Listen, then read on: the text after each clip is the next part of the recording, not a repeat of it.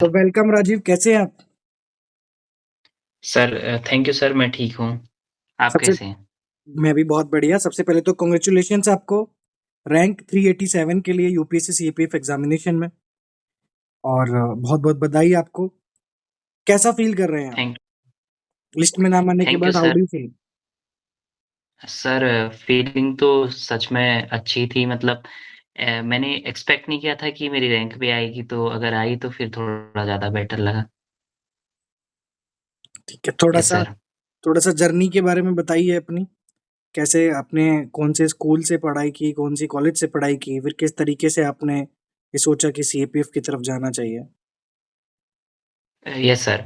Sir मैं उत्तराखंड के अल्मोड़ा जनपद के एक छोटे से गाँव तोली से आता हूँ। तो मैंने अपनी जो प्राइमरी एजुकेशन ली थी यहीं विद्यालय सरस्वती विद्या मंदिर से ली थी। उसके बाद मैंने अपना high school and inter Vivekananda Vidya Mandir से किया था। देन मैंने अपना ग्रेजुएशन मैथ्स सब्जेक्ट में देशबंधु कॉलेज दिल्ली यूनिवर्सिटी से पूरा किया था।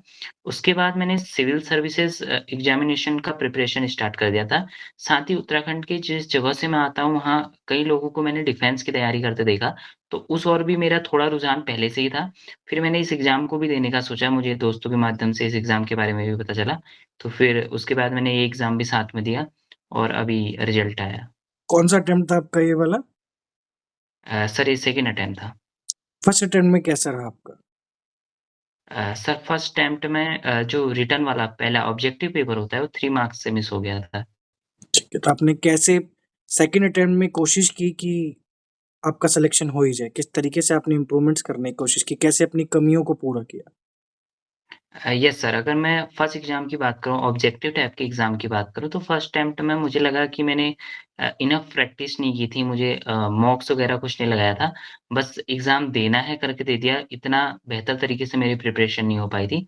इस बार पीवाईक्यू को मैंने बेस रखा और उसके अकॉर्डिंग मैंने मॉक भी लगाए और उनकी प्रैक्टिस भी की। साथ ही मैंने जो सेकंड पेपर था, उसके लिए भी कुछ राइटिंग प्रैक्टिस की ताकि उसमें भी बेटर परफ़ॉर्म कर पाऊँ। अक्सर हम लोग देखते हैं कि पेपर 2 के लिए बच्चे काफ़ी अंडर एस्टिमेट करते हैं उसको, मतलब पेपर 1 पे फ़ोकस यस करते हैं और सर। लास्ट के कुछ टाइम पे जैसे-तैसे पेपर 2 को पूरा करते हैं। आपको यस क्या सर। लगता है, क्या ये स्ट्रैटेजी सही है या फिर पेपर 1, पेपर 2 को बराबर शुरू से ध्यान देना चाहिए? यस सर, फर्स्ट अगर आप स्टार्टिंग फेज़ में हो प्रिपरेशन के तो ज़रूरी नहीं कि आप लिखो, ऐसा ज़रूरी नहीं। अगर आपको 2-3 महीने में ग्रिप बन जाती है सब्जेक्ट में, अगर आपको समझ आने लगता है, तो फिर आप कुछ ना कुछ लिखना स्टार्ट करो। हो सकता है पहले शुरुआत में उतना बेहतर आपसे लिखा ना जाए, लेकिन विद टाइम वो बेटर होते रहेगा और ये स्ट्रैटेजी कहीं भी सही नहीं है कि आप आखिरी के हुँ, लिए उसको छोड़ दो। लिखो, हुँ, लेकिन एक बार जब स्टार्टिंग फेज़ में 2-3 महीने निकल जाए, नॉलेज बेस बन जाए, तो उसके बाद लिखना स्टार्ट कर देना चाहिए। ठीक है। आप मुझे पेपर 1 के लिए स्पेसिफिकली बताइए कि पेपर 1 के लिए आपने क्या-क्या सोर्सेज़ फ़ॉलो किए? कैसे आपने स्टैटिक को टैकल किया, करंट को कैसे टैकल किया? कितने आपने टेस्ट लगाए? और कब-कब आप टेस्ट लगाते थे? क्या आपका टाइम टेबल रहता था? थोड़ा पेपर 1 में विस्तार से बताइए। Yes sir. अगर मैं पेपर 1 की बात करूँ तो उसमें डिफरेंट-डिफरेंट सेक्शन होते हैं। तो अगर मैं ज्योग्राफ़ी की बात करूँ पर्टिकुलरली तो ज्योग्राफ़ी के लिए एनसीईआरटी बहुत इम्पोर्टेंट है, ख़ासकर क्लास 11th और क्लास 12th की। तो मैंने हुँ, उन्हीं को रेफ़र किया। उसके अलावा मैंने वीडियोज़ भी यूट्यूब से जो वीडियोज़ अवेलेबल थी, वहाँ से भी थोड़ा हेल्प ली कि अंडरस्टैंडिंग बेटर बन पाए। हाँ। पॉलिटी के लिए मैंने स्टैंडर्ड सोर्स लक्ष्मीकांत फ़ॉलो किया और अगर आप चाहें तो क्लास 11th की एनसीईआरटी भी पढ़ सकते हैं साथ में। उसके अलावा हिस्ट्री के लिए एंशिएंट, मिडाइवल और मॉडर्न के लिए एंशिएंट के लिए भी एनसीईआरटी है और Tamil Nadu class 11th-12th Tamil Nadu board की बुक्स हैं। मॉडर्न के लिए मैंने स्पेक्ट्रम फ़ॉलो की। उसके अलावा इकोनॉमी के लिए मैंने एक डॉक्टर सिविन करके यूपीएससी की पढ़ाई करवाते हैं, उनके सोर्सेज़ से मैंने पढ़ाई की थी और जनरल साइंस के लिए क्लास 9th और क्लास 10th की स्टैंडर्ड सोर्स से एनसीईआरटी पूरी की थी। अगर करंट की बात करूँ, तो करंट के लिए मैं पहले तो नहीं पढ़ता था, पर मैं लोगों को सजेस्ट करूँगा कि ज़रूर उन्हें पढ़ना चाहिए न्यूज़पेपर। मैं पहले नहीं पढ़ता था, मैं सिर्फ़ वीडियो देखता था कि किसी ने एनालिसिस बना दिया, तो देख लो। बट अब मैं सजेस्ट करूँगा कि न्यूज़पेपर को भी इसका पार्ट बनाना चाहिए और साथ ही मंथ एंड पे आप कंपाइलेशन ले सकते हो मैगज़ीन वगैरह, ताकि स्टैटिक और करंट साथ-साथ चलता रहे। न्यूज़पेपर आप डेली पढ़ते थे? सर मैंने पहले तो नहीं पढ़ा पर इंटरव्यू के टाइम ज़रूर। अच्छा, इंटरव्यू में आपको हेल्प हुई न्यूज़पेपर पढ़ने से? बिल्कुल सर, बिल्कुल सर। कौन-सी इंटरव्यू में कौन-से पार्ट्स में आपको ऐसा लगा कि न्यूज़पेपर की वज़ह से काफ़ी हेल्प हुई है? सर ख़ासकर अगर वो करंट बेस्ड कोई क्वेश्चन पूछ रहे हैं उसमें तो हेल्प होती है। साथ ही अगर आईआर से रिलेटेड कोई क्वेश्चन पूछ रहे हैं तो उसमें परसेप्शन आपका जो आपकी थॉट प्रोसेस बिल्ट अप होती है उसमें न्यूज़पेपर का काफ़ी रोल रहता है। कौन-सा न्यूज़पेपर पढ़ा था आपने इंटरव्यू में? सर मैंने द हिंदू पढ़ा था उस टाइम। ठीक है। पेपर 2 के लिए यस। आपने कब से स्टार्ट किया और पेपर 2 के लिए आप कैसे आपने प्रैक्टिस की एसेस के लिए, आर्गुमेंट्स के लिए, रिपोर्ट्स के लिए? और ग्रामर की प्रैक्टिस आपने कहाँ तक की, किस हद तक की? यस सर, अगर मैं अपनी बात करूँ तो मैंने ग्रामर पोर्शन लगभग-लगभग मैंने बिल्कुल भी नहीं पढ़ा था। मतलब अच्छा, मैंने लगभग छोड़ा ही था वो पूरा पोर्शन छोड़ा हुआ था।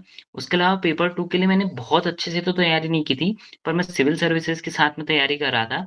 तो मेरे को थोड़ा राइटिंग प्रैक्टिस वैसे भी करता था, तो वहाँ पर भी हेल्प हो गई थी। उसके अलावा ऐसे के लिए मैंने थोड़ा यूट्यूब वीडियोज़ देखी कि कैसे-कैसे ऐसे लिखे जाएँ, क्योंकि सीएसई में क्या होता है कि ऐसे बड़ा लिखना रहता है। और हुँ। यहाँ पर ऐसे कम शब्दों में हमको ज़्यादा अच्छा बेटर लिखना रहता है।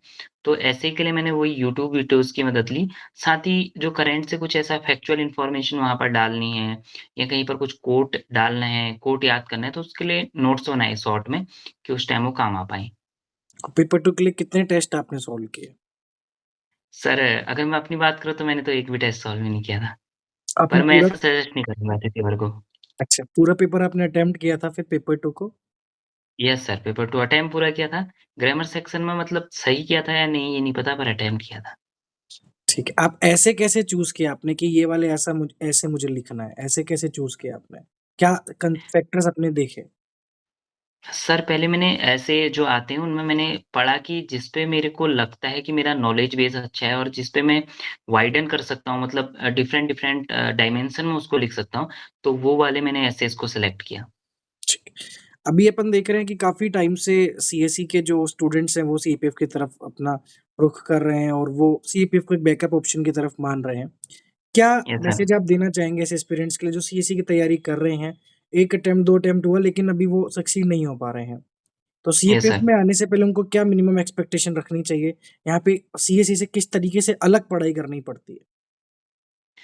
Yes sir. सीएसई की तैयारी करने वालों के लगभग बहुत सारे डायमेंशन कवर हो जाते हैं। पर एक तो पहले उनके अंदर ये मोटिवेशन होना चाहिए कि अगर आप इस फ़ील्ड में भी आते हैं, तो यहाँ पर भी आप कंट्री के लिए कंट्रीब्यूट करने में पूरा कंट्रीब्यूशन दे पाएँगे। उसके अलावा तैयारी की बात करें तो एक जो मुझे डिफरेंट लगता है वो एक जनरल साइंस वाला पोर्शन है पेपर 1 में, जो उधर सीएसई के में साइंस एंड टेक्नोलॉजी है, जनरल साइंस का कोई स्पेसिफिक पोर्शन बहुत कम आता है। यहाँ पर उसके लिए स्पेशल तैयारी करनी पड़ेगी। साथ ही ये रिपोर्ट राइटिंग, आर्गुमेंट राइटिंग और ग्रामर पोर्शन, ग्रामर सेक्शन उतना डायरेक्टली पूछा नहीं जाता है सीएसई में, तो वहाँ पर आपको तैयारी करनी पड़ेगी। साथ ही फिजिकल एग्ज़ामिनेशन के लिए ज़रूर अपने आप को प्रिपेयर करके रखें।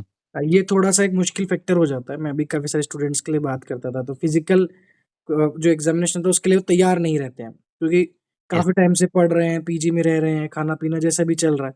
तो फिज़िकल यस सर। एग्ज़ामिनेशन के लिए तैयारी कितने महीने पहले से करनी है और उस तैयारी में क्या-क्या किया जा सकता है? Yes sir. वैसे अगर मैं अपनी बात करूँ तो मेरा तो डेली लाइफ़ साइकिल का लाइफ़ रूटीन का हिस्सा था, मैं रनिंग करने जाता क्योंकि यहाँ पास में सब लोग ऐसे ग्रामीण परिवेश से आता हूँ कि सभी लोग सुबह रनिंग करते हैं। तो मैं सबको सजेस्ट करूँगा कि ऐसा मत सोचिए कि सिर्फ़ इसी एग्ज़ाम के लिए करना है, पर फिज़िकल फ़िटनेस तो आपकी लाइफ़ का हिस्सा होनी ही होनी चाहिए।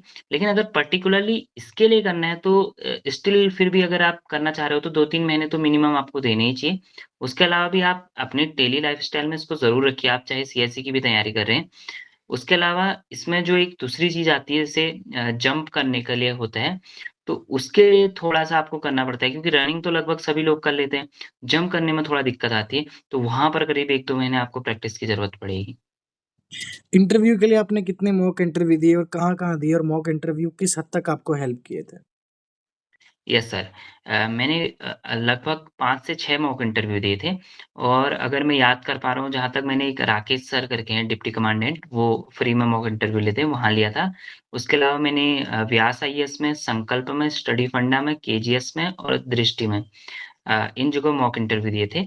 मॉक इंटरव्यू से एक तो मुझे जो फ़ायदा लगा वो तो एक तो नर्वसनेस जो होती है कम हो जाती है इंटरव्यू के अंदर।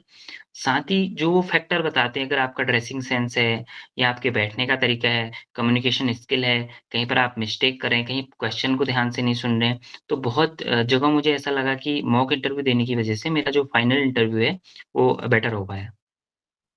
ठीक। एक फाइनल मैसेज जो आप स्टूडेंट्स को देना चाहते हैं regarding the strategy, regarding the mindset, regarding the personality, क्योंकि हम देख रहे हैं कि अभी यूपीएससी भी काफ़ी अनसर्टेन हो रहा है सीएसई में और यस सर, लोगों जो अनसर्टेनिटी है, वो एंग्ज़ायटी वो बढ़ती जा रही है।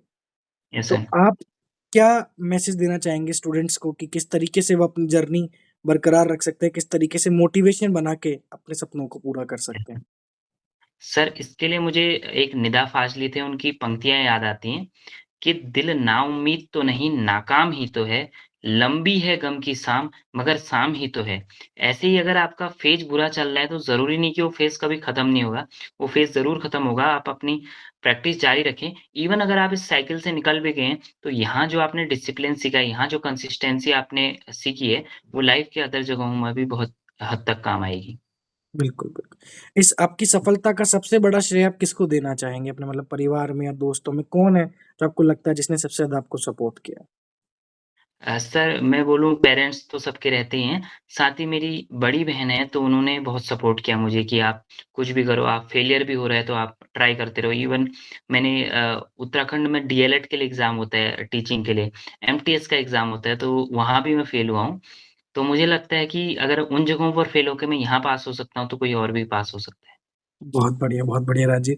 आपसे बात करके बड़ा अच्छा लगा, बड़ा जेनुइन आपने बातें कहीं और अपनी बातों को निष्पक्ष रूप से आपने रखा। जल्दी ही मिलते हैं आपसे ऑफलाइन सेंटर में भी। ऑल द बेस्ट आपकी आगे की जर्नी के लिए। आई होप आगे भी थैंक इस यू सर, तरीके से आप जो है अपना और अपने परिवार का नाम रोशन करते रहेंगे। Thank you so much. Thank you sir, thank you. Thank you.